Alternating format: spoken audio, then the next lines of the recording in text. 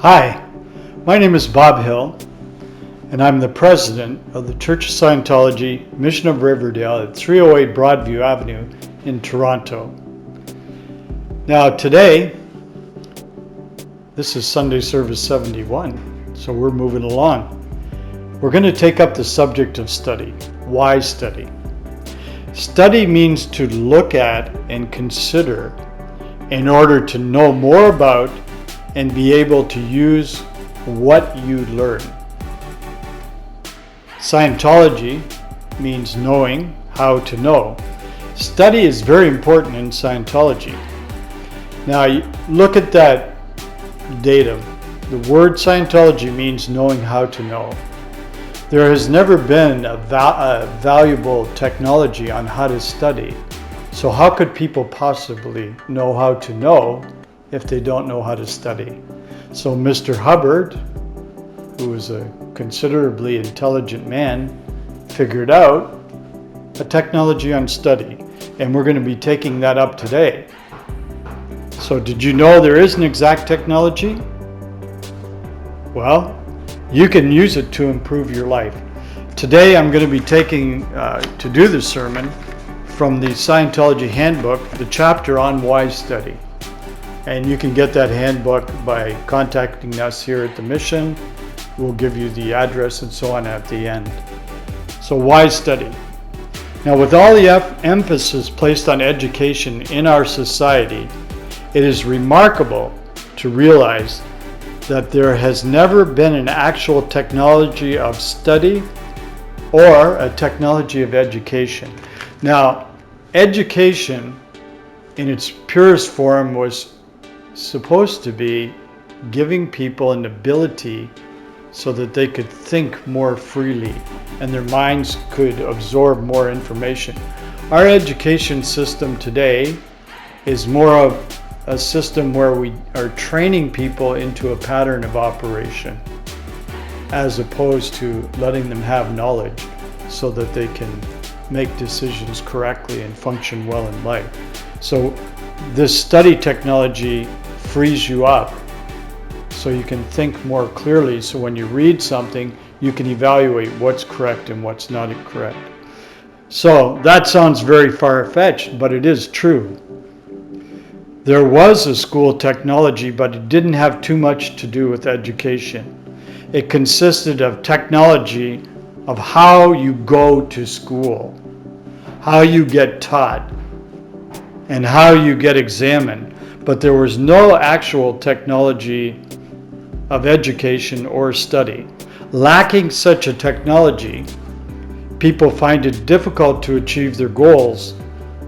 Knowing how to study is vitally important to anyone. So take that datum there. If you study and you hope to achieve a goal, let's say you want to be a really good car mechanic, but you can't study. So today, you have to be able to learn computers to be a car mechanic. So what would happen over the years if people don't learn how to study properly? What will happen in our society? Well, I think we're starting to see some of the fruits of that now. Buildings are being built that don't stand up. People are having a hard time figuring out why is that. We have engineers. True, we have engineers, but did they actually duplicate what they were studying? Key point. So the first little gate that has been opened to embark upon study is the willingness to know. So you have to be willing to know. So the first thing, are you willing to know? If you think you know everything already, well, that gate's a little bit closed for you because you won't allow yourself to know. If that gate remains closed, then one is liable to get into such things as a totally memorized word-for-word system of education, which will not result in the gain of any knowledge. Such a system only produces graduates who can possibly parrot back facts. That means they just repeat them like a parrot, but without any real understanding or ability to do anything with what they have been taught. For what purpose then does one study? Until you clarify that, you cannot make an intelligent activity of it. And that applies to just about everything in your life. It's important to step back and examine the purpose. Why am I doing this? Why am I studying this? Why am I trying to learn this? If you don't have that purpose in place, then you won't really get anything out of it. Some students study for examination.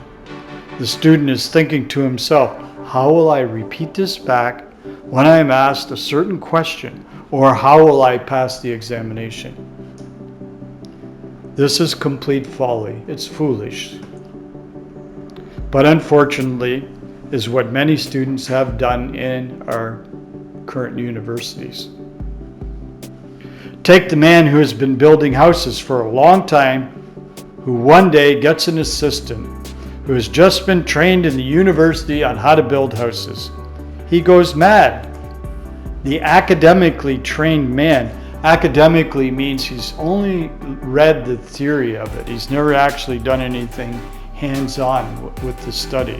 So the academically trained man has been studying it for years, yet knows nothing about it. And the practical man doesn't know why this is.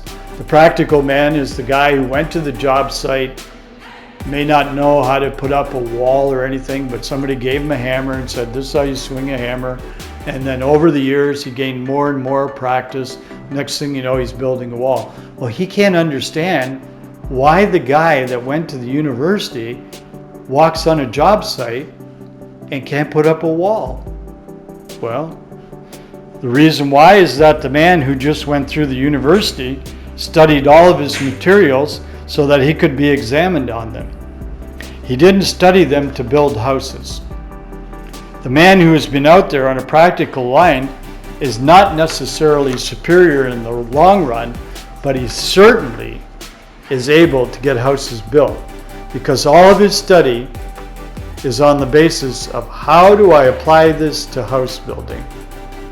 Every time he picks up an ad or literature or anything else, he is asking the question throughout the entirety of his reading, how can I apply this to what I'm doing?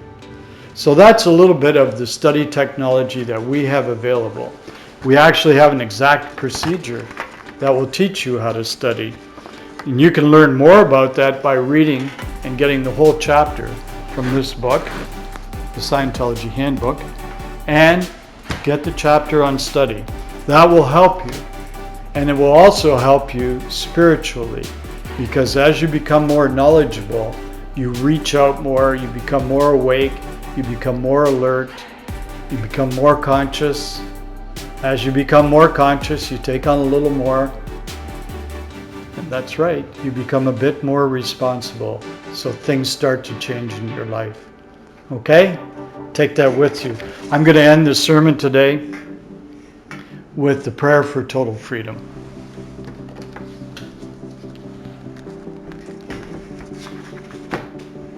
May the author of the universe enable all men to reach an understanding of their spiritual nature. May awareness and understanding of life expand so that all may come to know the author of the universe, and may others also reach this understanding which brings total freedom. At this time, we think of those whose liberty is threatened, of those who have suffered imprisonment for their beliefs, of those who are enslaved or martyred, and for all those who are brutalized, trapped, or attacked. We pray that human rights will be preserved, so that all people may believe and worship freely, so that freedom will once again be seen in our land. Freedom from war and poverty and want, freedom to be, freedom to do, and freedom to have.